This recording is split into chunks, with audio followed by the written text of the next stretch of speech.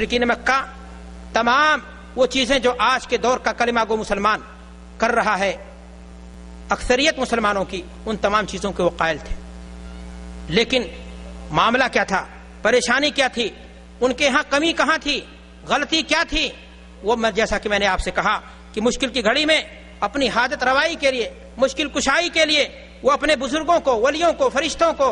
اور اس طرح کے لوگوں کو پکارا کرتے تھے، اور وہاں جا کر کے وہ آستھا اور امید کے نام پر ان کی عبادتیں کیا کرتے تھے۔ اللہ تبارک و تعالیٰ نے قرآن مجید کے اندر ارشاد فرمایا، قل انی نہیت ان اعبد الذین تدعون من دون اللہ، کہ اے نبی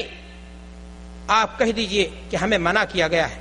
قل انی نہیت ان اعبد الذین تدعون من دون اللہ، کہ میں ایسے لوگوں کے سامنے بھی پیشانی جھکاؤں، عبادت کروں، ایسے لوگوں سے بھی آستھا رکھوں، ایسے لوگوں سے بھی استمداد اور فریاد طلب کروں جو ہمارے ہی جیسے انسان ہیں،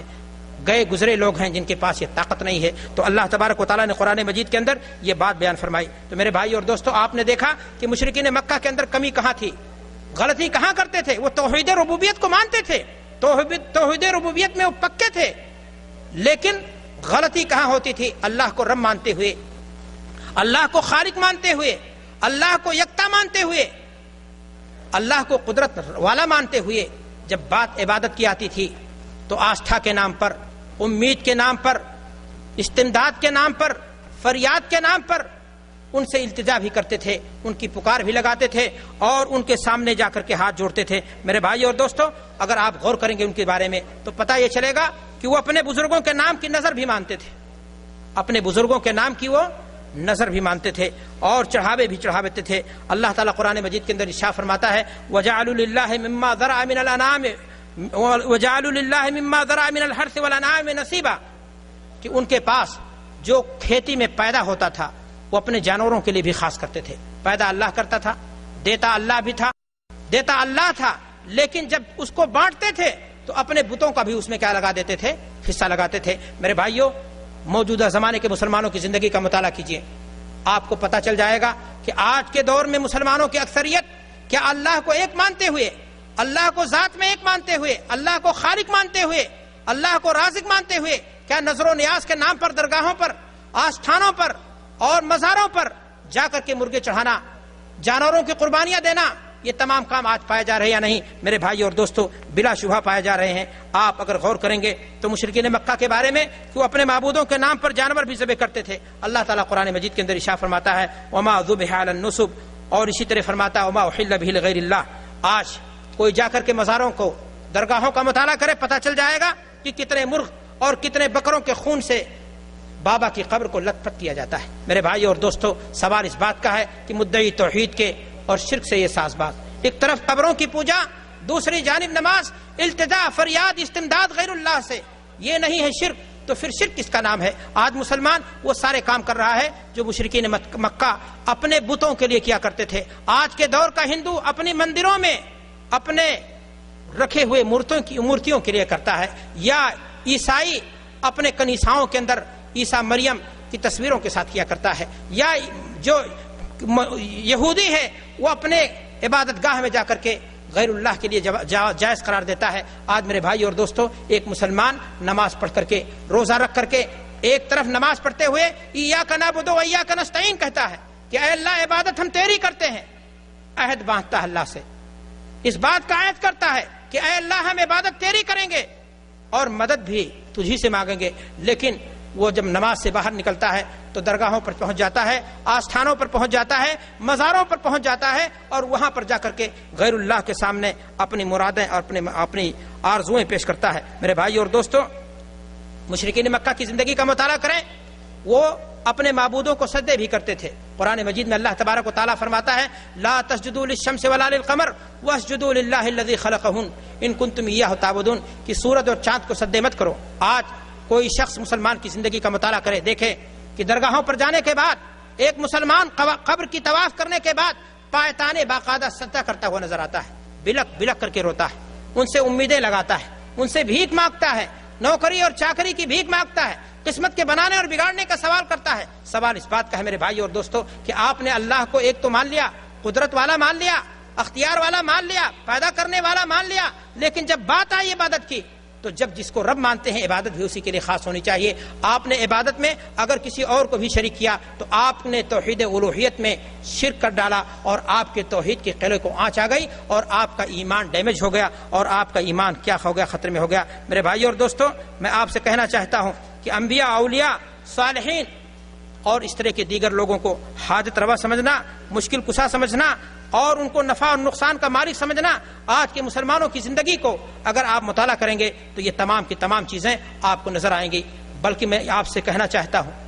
کہ اگر مسلمانوں کی زندگی کا بنظر غائر آپ مطالعہ کریں گے تو پتہ یہ چلے گا کہ آج کے زمانے کا شرک مسلمانوں کے اندر جو بعض صورتوں میں پایا جا رہا ہے وہ زمانے جاہلیت میں جو اللہ کے رسول صلی اللہ علیہ وسلم کے زمانے کے مشرک تھے، جن کے خلاف اللہ کے رسول صلی اللہ علیہ وسلم نے لڑائی لڑی، جن کے خلاف اللہ کے رسول صلی اللہ علیہ وسلم نے تلوار اٹھائی، جن کے خلاف اللہ کے رسول صلی اللہ علیہ وسلم نے جنگ لڑی، جن کی گردنوں کو مار دیا اللہ کے رسول صلی اللہ علیہ وسلم نے، ان کے یہاں بھی اتنا بھیانک غلطی نہیں تھی، اتنا بڑا شرک نہیں تھا۔ آج کے مسلمانوں کو اگر آپ دیکھیں گے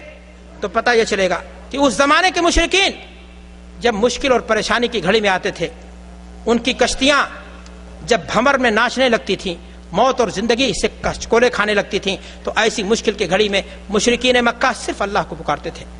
قرآن مجید کا مطالعہ کیجئے، اللہ تبارک و تعالیٰ فرماتا ہے فَإِذَا رَكِبُوا فِي الْفُلْكِ دَعَوُا اللَّهَ مُخْلِصِينَ لَهُ الدِّينَ، کہ جب یہ لوگ کشتیوں میں سوار ہوتے تھے،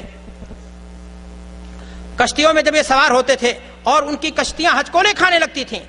موت کو وہ سامنے دیکھتے تھے، تو ایسی صورت میں وہ صرف اللہ کو پکارتے تھے۔ قرآن مجید میں اللہ تبارک و تعالیٰ ایک اور جگہ ارشاد فرماتا ہے وَإِذَا مَسَّكُمُ الضُّرُّ فِي الْبَحْرِ ضَلَّ مَن تَدْعُونَ إِلَّا إِيَّاهُ فَلَمَّا نَجَّاكُمْ إِلَى الْبَرِّ عَرَفْتُمْ وَكَانَ الْإِنسَانُ كَفُورًا، کہ جب وہ مشکل کی گھڑی میں آتے تھے تو وہ اللہ کو پکارتے تھے، لیکن جب مشکل سے نجات مل جاتی تھی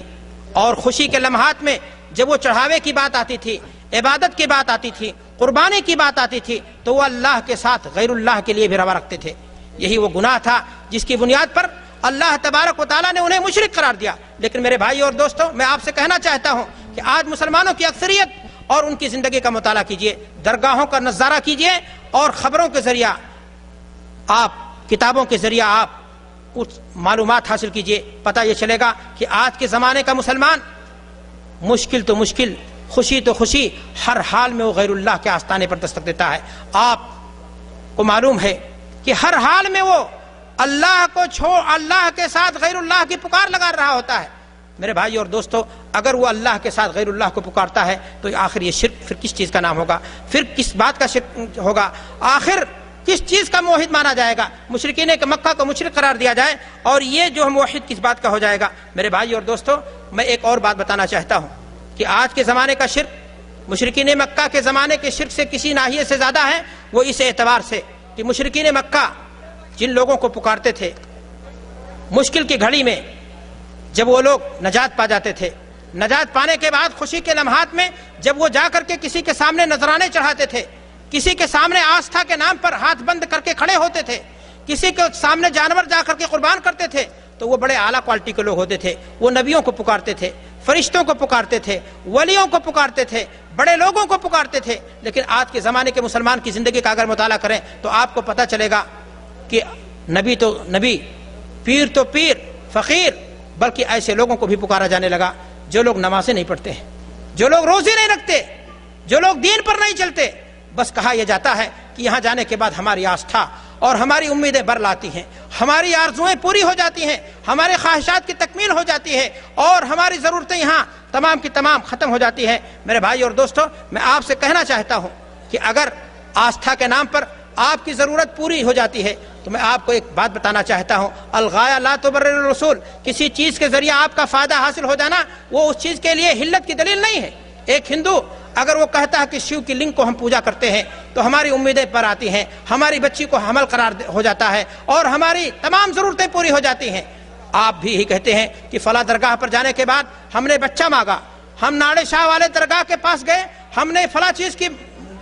مراد مانی تھی اور ہماری تمام کی تمام ضرورتیں پوری ہو گئیں، اس لیے یہ ساری چیزیں جائز ہیں۔ تو میرے بھائی اور دوستو، یہ کھلا ہوا شرک نہیں تو پھر اور کیا ہے؟ ان تمام چیزوں کا مالک اللہ تبارک و تعالیٰ ہے۔ یقین مانیں، اگر آپ نے ان تمام چیزوں میں کہیں بھی اللہ کے ساتھ شرک ٹھہرایا، کسی اور کو شریک ٹھہرایا، تو پھر ایسی صورت میں آپ کے تمام اعمال خراب ہو جائیں گے۔ میرے بھائیوں، افسوس کی بات ہے آج کے زمانے کا یہ جاہل مسلمان، جب اس سے اعتراض کیا جاتا ہے، کہا جاتا ہے کہ آخر آپ نے یہ کیا کر ڈالا، آپ نے ایک طرف 5 وقت کی نمازیں پڑھی اور اپنی اس پیشانی کو جو الہ واحد کے سامنے جھکنے کے لیے بنائی تھی، جس زبان سے آپ نے لا الہ الا اللہ کا اقرار کیا تھا، اسی زبان سے آپ نے غیر اللہ سے مراد کیسے مانگی، استمداد، فریاد، التجا آپ نے کیسے کی؟